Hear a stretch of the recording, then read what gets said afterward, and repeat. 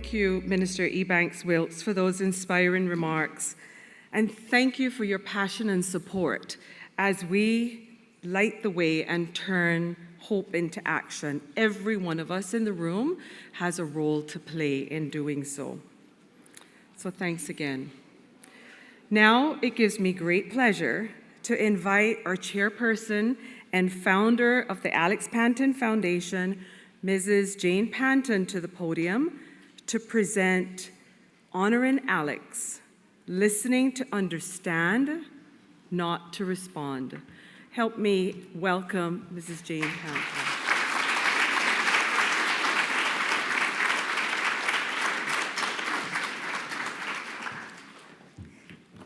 Thank you, Lizette. Good morning, everyone. I believe protocol has been established by Ms. Lizette, and I know Lizette does not like to be called out and publicly thanked, but I really feel that our audience and supporters need to know how instrumental she was in deciding on this annual symposium that has grown exponentially over the last 9 years. I am forever grateful to her and for her understanding of my vision of what I wanted Alex's memorial legacy to look like. This is it. It was, yes.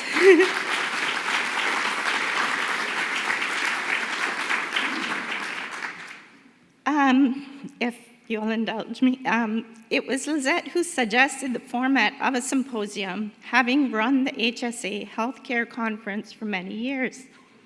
I named her the maestro who directed and played an integral part with Tower, pulling together this symphony of light on mental health, is the best way I can describe it. Thank you, Liz, and I'm forever grateful to you for being one of Alex's amazing moms. Please give a round of applause again for Lizette. And people that know me know that this is not my thing to get up here and speak, but I will do my best. As I believe many of you know, the Alex Panton Foundation was founded in 2017 in memory of our precious, intelligent, and vivacious son, Alex, who took his own life on October 30th, 2010, at the tender age of 16. The foundation was conceived shortly after we lost Alex, but in the depths of our grief, we knew we wanted his life to count for something, that somehow, out of this unimaginable loss, there had to be light for others.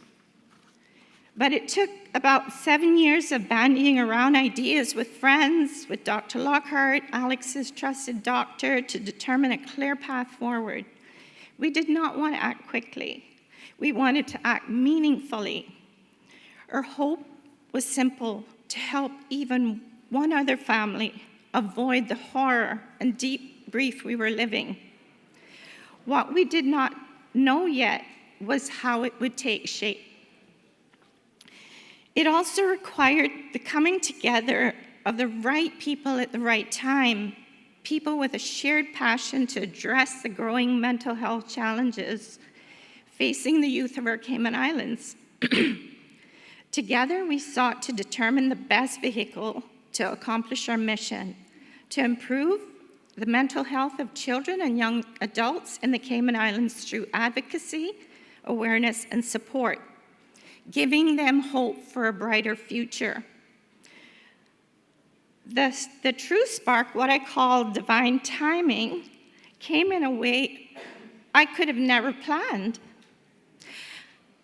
One evening, I felt nudged by what I can only describe as the spirit of Alex to attend a movie starring his very close high school friend, Haley Robinson. Where's Haley? Seeing her on that screen stirred something deeply within me. It reminded me that Alex's life was still connected to this world in beautiful ways.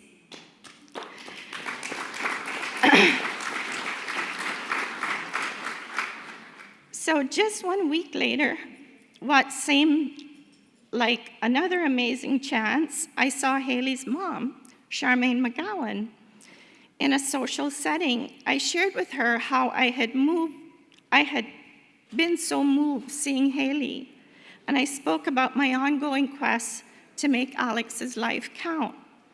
From that conversation, something powerful began to form. Haley and Charmaine, inspired by my passion, gathered what I lovingly call Angels on Earth, a group of committed, compassionate individuals who would eventually become the founding members of the Alex Panton Foundation.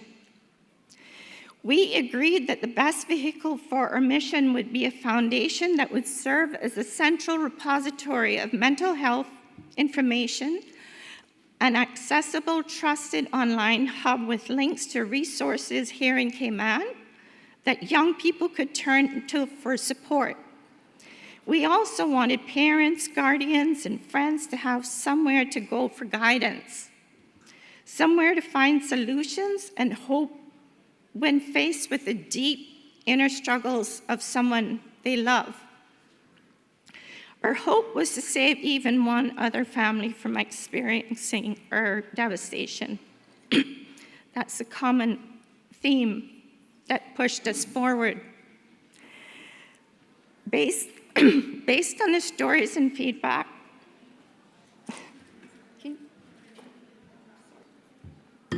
okay, here we go.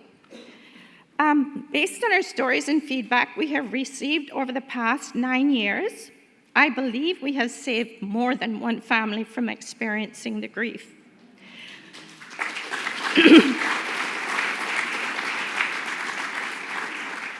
And yet, there is still so much more to do. We must continue lighting the way for those who find themselves in a dark place, whether as a young person losing hope or as a guardian or friend searching for answers. The success stories of recovery we have witnessed over the years have given us hope.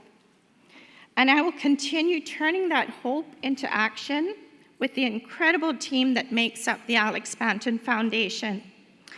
At this time, I would like to recognize our executive team. Without your dedication and passion to improving the mental health of our youth, we would not have the success stories we hear today.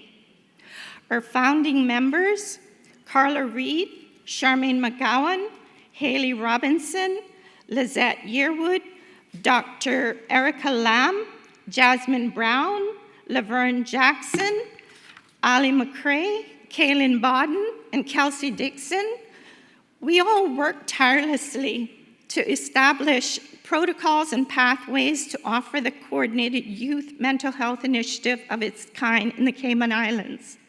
The younger ones, they got together and created, I guess you would call it, formats or vehicles for social media, and Kelsey created our first website, which I'll never forget.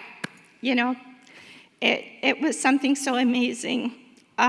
Just seeing those young people, his friends, work together, you know, to honor him and to make sure that nobody else lost someone the way we lost Alex.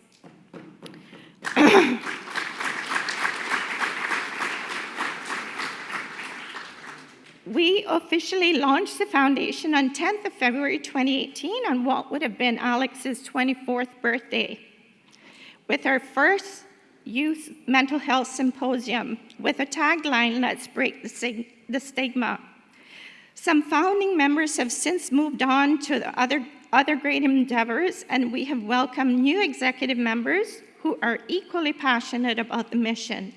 Amanda Bako, our treasurer, Dr. Chantal Basson, head of the Clinical and Education Committee, Chantal Martin, head of the Legal Committee, and Rhonda Kelly, director and head of marketing and communications.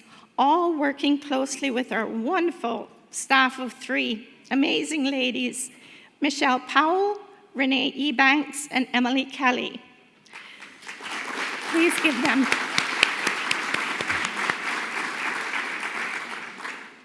I would also like to recognize Lynn. I'm sorry I'm going too far into it, but I just need people to understand how we got here, 9 years later. I would like to recognize Lynn Biles and the Tower team for their exemplary service in organizing these symposiums over the past 9 years.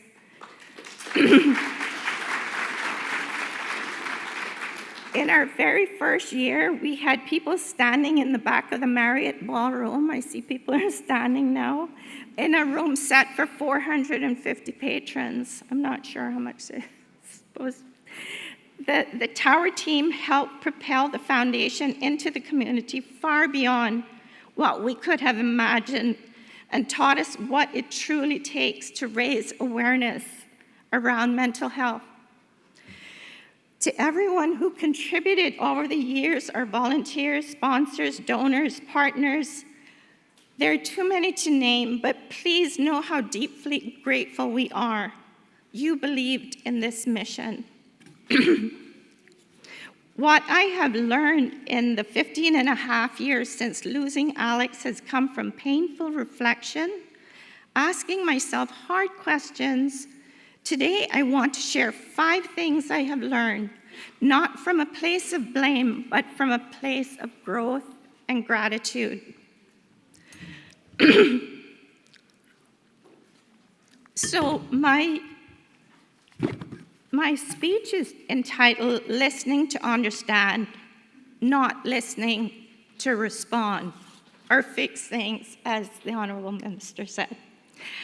To give you an example of that, I think I need to, we all have this friend that you start talking to them and you're spilling your guts about something, and then they finish your sentences for you, and like, no, that's not what I wanted to say, and it ends the conversation. You don't really get to say what you really wanted to say.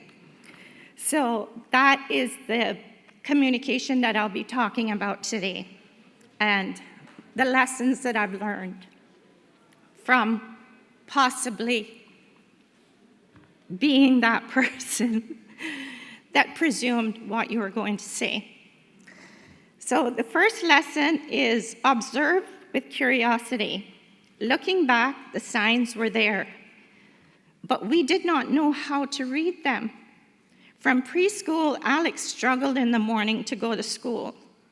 He would get tummy aches getting ready for school. He spent so much time in the bathroom, and we were often late for school, which compounded the problems and the stress. I wish I had been more curious about why this pattern continued year after year. At the time, I thought he would grow out of it. I used to joke that Alex never grew out of his terrible twos because he would throw tantrums and go into rages. I remember when he was just 4 years old, on our way to visit my college roommate in Florida for the first time, he would meet them. He went into a rage that he threatened to jump out of the car, and he was only 4 years old. I did not understand that. I just thought, I don't know, you're just being a brat. At the time, I saw only the behavior. I did not see his anxiety. What I later learned was that these were manifestations of social anxiety and separation anxiety, symptoms of an illness that we did not understand. And I want to say this clearly. At that time, awareness around childhood anxiety and depression was not what it is today. Mental illness carried tremendous stigma. We were parenting with tools society had given us. But if I had been more curious instead of corrective or dismissive, I might have asked different questions. Observation is not just seeing behavior, it's asking, what is this behavior trying to tell me? The second lesson, lead with an open mind and educate yourself. Like many parents, we parent Alex the way we were parented. We disciplined him the way we are disciplined. That was what we knew. It took me years to realize we did not fail as parents. After we lost Alex, we had no knowledge of mental illness or their symptoms. We did not have the tools to help him cope in the way he needed. In the year before his death, he became especially distressed by prejudicial narratives he saw in the news.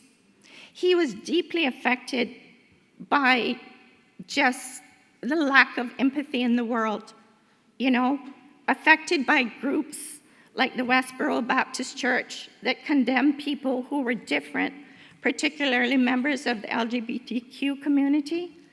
Each story seemed to amplify how othered he felt. He was just a person that he took on the burdens of the underdogs. It's just how he was. He was extremely empathetic. And I think, anyway, and we can't fault him for that, but it did weigh hard on his anxiety. He would talk about feeling judged by society and not fitting in anywhere. He was 16, encountering these harsh realities in a deeply personal way, and for the first time trying to make sense of them. As adults, we carry the perspective that comes from years of lived experience. Our teens are forming theirs, and the weight of the world can feel absolute and overwhelming. So what should I say to parents today? Educate yourself about what is trending in your child's world. How are our judgments, our own judgments, shaping the inner world of our children? Revisit your old perceptions that carry unintended judgment. Educate yourself about anxiety and depression and how they can evolve into deep depression. And at the same time, give yourself grace. Many of us were not raised with these conversations. We are learning in real time. The third lesson, create intentional points of connection. You'll see this photo, which I really love. Every night, well into his teens actually, Alex wanted a bedtime story read to him. And sometimes you read books over and over again. But we had many books. Anyway, but that's what that picture is. And connection must be intentional. And I enjoyed those moments with him and he with me. As a shy child, I had experienced similar anxieties myself.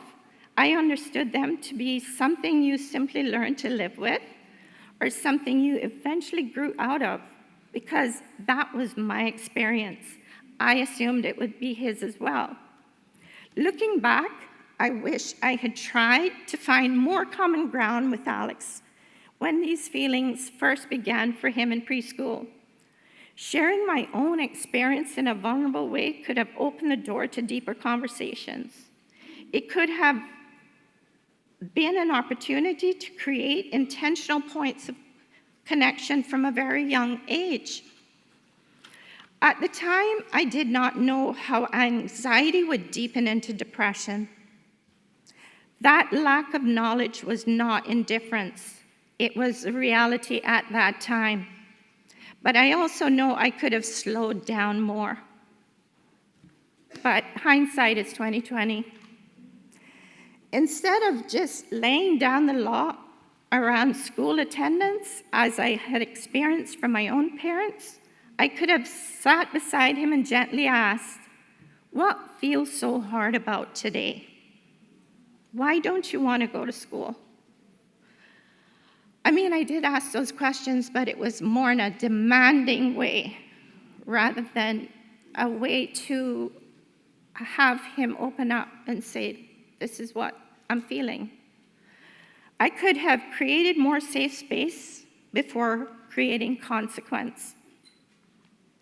And yet, I also want to acknowledge this. We loved Alex fiercely. When we recognized his depression in his 16th year and he began making threats and wanted to take his own life, we took those threats seriously and got him help. We made efforts to spend more time with him to strengthen the line of communication to reassure him that he was not alone.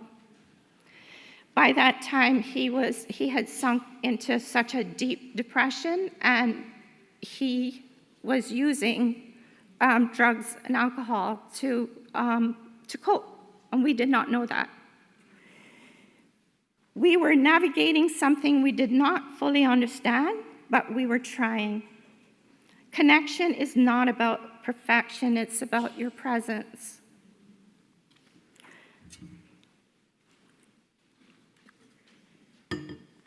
The fourth lesson, reflection and perspective taking.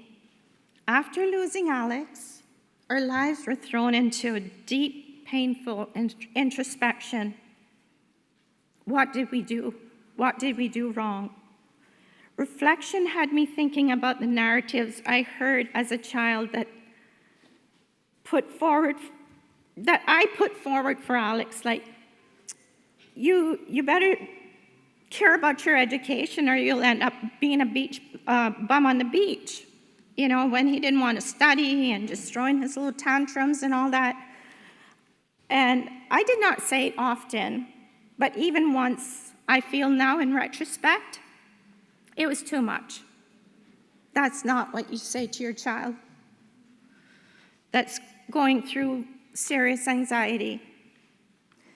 While one imperfect moment does not define a parent, I now understand how comments like that could have felt dismissive and hurtful to him, especially when he was experiencing so much social anxiety about going to school. Into his teenage years, his anxiety before school in the mornings began to get worse. It was no longer the nervous tummy aches he was experiencing before elementary school. It had progressed into more severe physical symptoms. And when I pressed further for what was going on with him, Alex told me that he had recently started drinking in the mornings before school. I was shocked. He had been self-medicating with old, full liquor bottles that were given to us as Christmas gifts, stored away, out of sight, never touched. We thought we'd never touch them. I don't know why we kept them, but he found them, things that I never drank, my husband never drank, but he found them. And I didn't know. I didn't know he was self-medicating for school until he told me. How could you be so blind? But when I look back, I see a child trying to cope with anxiety the only way he knew how.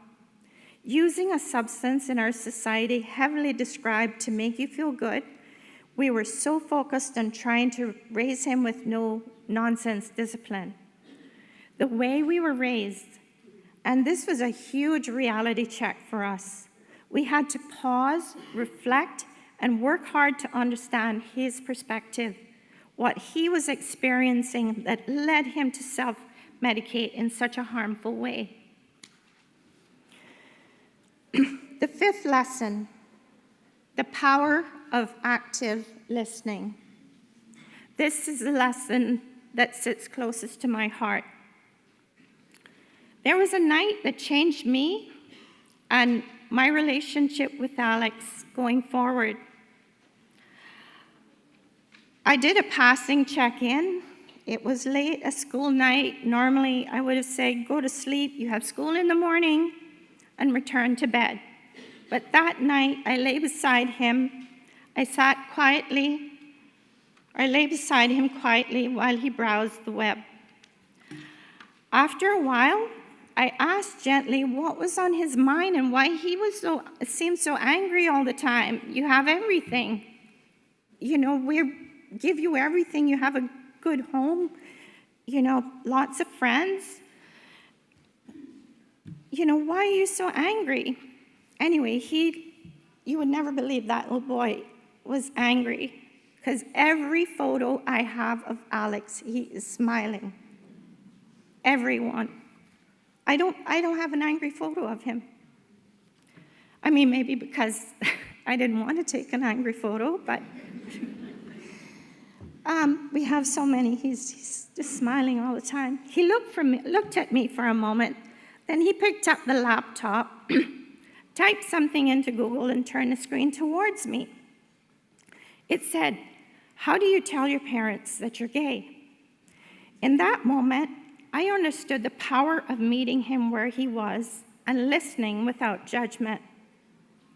He could feel the difference when I said, Ali, it doesn't make me love you any less. I just wish that you felt more comfortable about talking to me about what's bothering you, besides just taking on the burdens of the world, which I knew he would talk to me about those.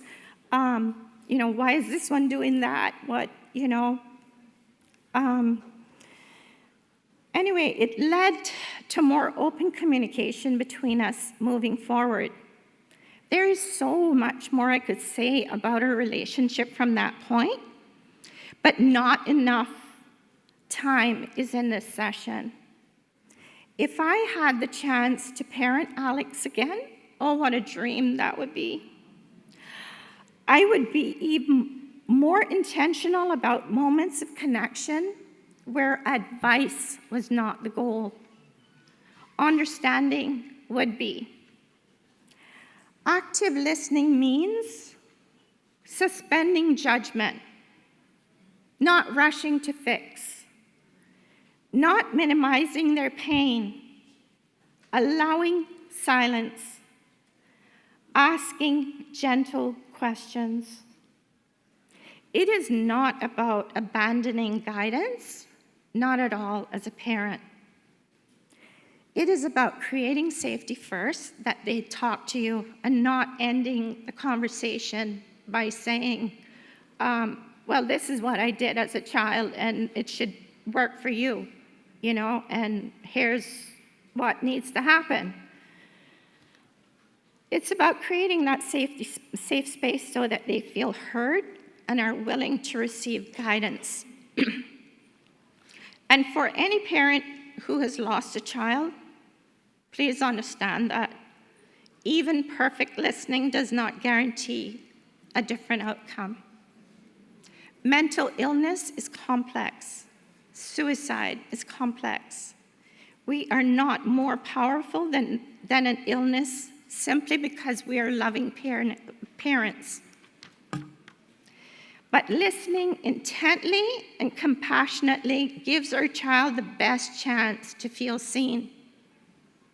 In closing, if I leave you with anything today, let it be this. Observe with curiosity, lead with an open mind and willingness to learn. Create intentional moments of connection. Reflect. Give yourself grace, and then grow. Practice active listening to understand, not to respond and fix the problem that you think is at hand. Out of our family's deepest pain came purpose. I hope the lessons we have learned will offer guidance to those in our community who may have loved one struggling with their mental health, who may have a loved one struggling with their mental health. Let's light the way together. Let's turn hope into action. Let's honor Alex, honor our community, and honor ourselves by listening to understand, not just respond. Learn. I know I heard this, which is a complete aside, that empathy means weakness, but it's not. It's not. It's how you're born, and it makes you, to me, the most empathetic people are the best people in the world, honestly, because they spread their light. They want everybody else to be good and make the world a better place for everyone. And that's what my Alex wanted to do. And I think he is doing this today. So